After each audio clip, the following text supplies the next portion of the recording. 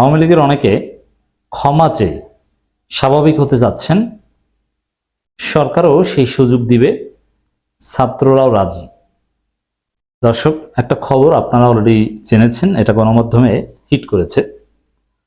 আদালতের সাবেক শিল্প প্রতিমন্ত্রী কামাল মজুমদার অত্যন্ত খারাপ লোক ছিলেন। জামাত শিবিরের উপর অনেক নির্যাতন করেছেন।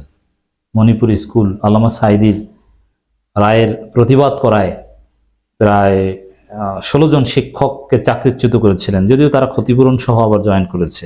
এর নেপথ্যে ছিলেন কামাল আহমেদ মজুমদার। কোটি কোটি টাকা মণিপুর স্কুল থেকে মেরে খেয়েছে। আরো অসংখ্য দুর্নীতি আছে।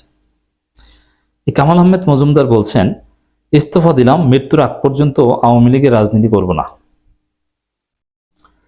এটা হতাশ হয়ে বা ব্যক্তি কামাল মজুমদারের বয়স অনেক, তিনি বলেছেন, বিষয়টা শুধু এরকম না, এটা সরকারের সামগ্রিক একটা নতুন ইনিশিয়েটিভের অংশ। আমি আপনাদেরকে এটা ক্লারিফাই করি। বিশেষ করে সরকারের মধ্যে যারা আওয়ামী লীগকে নিশ্চিহ্ন করতে চায়, তাদের এটা একটা পজিটিভ দিক। আমি এটা অ্যাপ্রিসিয়েটও করি এবং আপনারা আপনাদের মন্তব্য জানাবেন। বিষয়টা হচ্ছে এরকম যে আওয়ামী লীগের মধ্যে অনেকেই ক্ষমা চাইতে চান যে না, আওয়ামী লীগ করা ভুল হয়েছে, এমনকি রাজসাক্ষী হতে চান, শেখ হাসিনাকে দোষ দিতে চান যে শেখ হাসিনা এই করেছে সেই করেছে, আমরা চাইনি, আমরা নিষেধ করেছি। মন্ত্রী পরিষদের বা এই টাইপের কেউ কেউ তারপরে তারা ক্ষমা চাইবে, এর বিনিময়ে তারা কারাগার থেকে মুক্তি পাবে এবং তারা স্বাভাবিক জীবনে আসবে। এদের একটা অংশ কোনোদিন রাজনীতি করবে না, কারণ তাদের বয়স নেই রাজনীতি করার। তারই অংশ হিসেবে কামাল আহমেদ মজুমদারের এই কথা বলা যে আর রাজনীতি করব না, এবং তিনি শেখ হাসিনার বিরুদ্ধে সাক্ষ্য দিতে রাজি, এবং তিনি স্পষ্ট বলেছেন যে ছাত্রদের আন্দোলনের পক্ষে ছিলাম, শেখ হাসিনার এই গণহত্যা বা এগুলোর বিরোধিতা করেছিলাম। শুধু কামাল মজুমদার না, এরকম আরো বেশ কয়েকজন আছেন যারা শেখ হাসিনার বিরুদ্ধে রাজসাক্ষী দিবেন, এই জন্য রাজি। এবং মাঠ পর্যায়ের অনেকেই আছে যারা সরকার একটা কমিশনও গঠন করবে, ট্রুথ কমিশন, বা নানানভাবে একটা ক্ষমা চাওয়ার প্রক্রিয়া করবে যে আওয়ামী লীগ করেছে জাস্ট এই কারণে ক্ষমা চাইবে। আর যারা সুনির্দিষ্ট অপরাধের সাথে জড়িত তাদের তো বিচার হতেই হবে, কিন্তু যারা অপরাধের সাথে জড়িত নয় তারা জাস্ট ক্ষমা চাইবে, ক্ষমা চেয়ে স্বাভাবিক হবে। এবং অনেকে ক্ষমা চাওয়ার পরে অন্য যে কোনো রাজনৈতিক দলে যোগদান করতে পারবে, এরকম একটা উদ্যোগ আসিফ মাহমুদ অলরেডি সেই ইঙ্গিত দিয়েছেন, রাজি, তারা নির্বাচনে অংশগ্রহণ করতে পারবে। এটার উপকারিতা আছে। দর্শক, আওয়ামী লীগকে যদি নিশ্চিহ্ন করতে হয় তাহলে আওয়ামী লীগের এই লোকজনকে বিভিন্ন দলে সুযোগ করে দিতে হবে, নইলে এই লোকগুলো তো আবার তলে তলে সংগঠিত হবে আওয়ামী লীগের ব্যানারে। এই জন্যে তারা যদি অন্য দল করে, অন্য দলে নেওয়া হয়, তাহলে সেই দল করবে, তারা তো এদেশের নাগরিক, আর অপরাধী হলে তো বিচার হবে। এই জন্য আমি মনে করি যে যারা আওয়ামী লীগ বিরোধী তাদেরই উচিত এই ক্ষমা চাওয়ার প্রক্রিয়াটা এবং অন্য দল করার সুযোগ দেওয়ার প্রক্রিয়ার সাথে একমত হওয়া। এই বিএনপি একমত না এটা বলেছে, কিন্তু ছাত্ররা, এই নাগরিক পার্টি, এরা রাজি, সরকারেরও অনেকে রাজি। তো আর প্রক্রিয়া কিন্তু অলরেডি কিছুটা হলো আপনারা দেখেছেন এই কামাল মজুমদারের এই বক্তব্যে।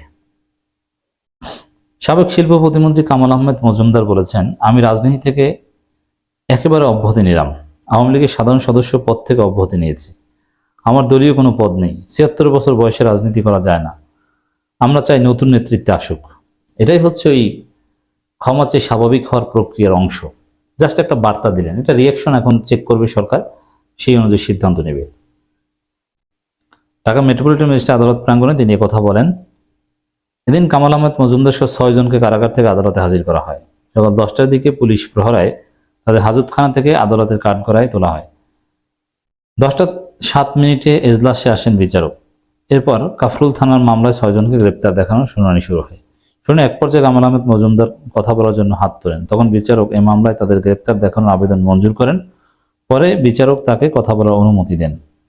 তখন কামাল আহমেদ মজুমদার আক্ষেপ করে বলেন, আমার ৭৬ বছর বয়স, আমার চোখের সমস্যা ৭০% নষ্ট হয়ে গেছে, আমার পরিবার সম্পর্কে কোনো খোঁজ খবর নিতে পারছি না, আমি মৃত্যুর আগ পর্যন্ত আওয়ামী লীগের রাজনীতি করব না, রাজনীতি থেকে ইস্তফা দিলাম, আমি আওয়ামী লীগের কোনো পদে নেই, এখন থেকে প্রাথমিক সদস্য পদ থেকেও পদত্যাগ করলাম, কারাগারে ডায়াবেটিস চেক করার জন্য ডিজিটাল কোনো যন্ত্র বা ওষুধ দেওয়া হচ্ছে না, এমনকি পবিত্র কোরআন শরীফও দেওয়া হয়নি, কোরআন শরীফ দেওয়া হোক, চিকিৎসাও দেওয়া হোক, একের পর এক মামলা দেওয়া হচ্ছে, একের পর নির্যাতন করা হচ্ছে, এই বয়সে আমার উপরে জুলুম চালানো হচ্ছে, আল্লাহর ডাক দেওয়ার জন্য, সাড়া দেওয়ার জন্য কোনো উপায় নেই। এই জন্য আমি আপনার কাছে অনুরোধ করছি, ডায়াবেটিসের ওষুধ, ডায়াবেটিস মাপার ডিজিটাল যন্ত্র এবং ডিজিটাল কোরআন শরীফ দেওয়া হোক। এ সময় বিচারক বলেন, আপনার সবগুলো দাবি আইনজীবীর মাধ্যমে আবেদন করুন। এরপর বিচারক তার গ্রেপ্তার দেখানোর আবেদন মঞ্জুর করেন। তো দর্শক দেখেন, এই কামাল মজুমদার এই কথাগুলো বলছেন, অনেকটা খারাপ লাগে, কিন্তু এই কামাল মজুমদাররা যে কি করেছিলেন, কত মানুষ হত্যার সাথে জড়িত ছিলেন, কি নির্যাতন করেছিলেন। যতদিন পর্যন্ত নিশ্চিত ছিলেন যে হাসিনা টিকে যাবে, ততদিন পর্যন্ত হাসিনা সব অপকর্মের সাথে ছিলেন। এরপরে এই জেলের ভয়ে উল্টা সুর ধরেছেন।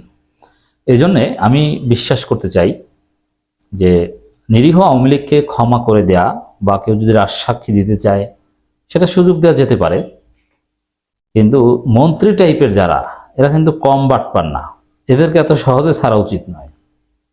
এরা বলবে অনুতপ্ত হয়ে শেখ হাসিনার বিরুদ্ধে বলবে, আর আওয়ামী লীগের রাজনীতি করবো না বলবে, আর ছেড়ে দিবে, এত সহজ না। এটা সাধারণ আওয়ামী লীগ অনেকে হতে পারে, কিন্তু এই টাইপের লোক যে কত খারাপ, কত নির্যাতনের সাথে জড়িত ছিল এবং ভয়ানক নির্যাতনকারী, মানবাধিকার লঙ্ঘনকারী না হলে কামাল আহমেদ মজুমদার যে পোস্টে ছিলেন, হাসিনার অত্যন্ত ঘনিষ্ঠ না হলে এই গুরুত্বপূর্ণ মন্ত্রী তাকে বানাতো না।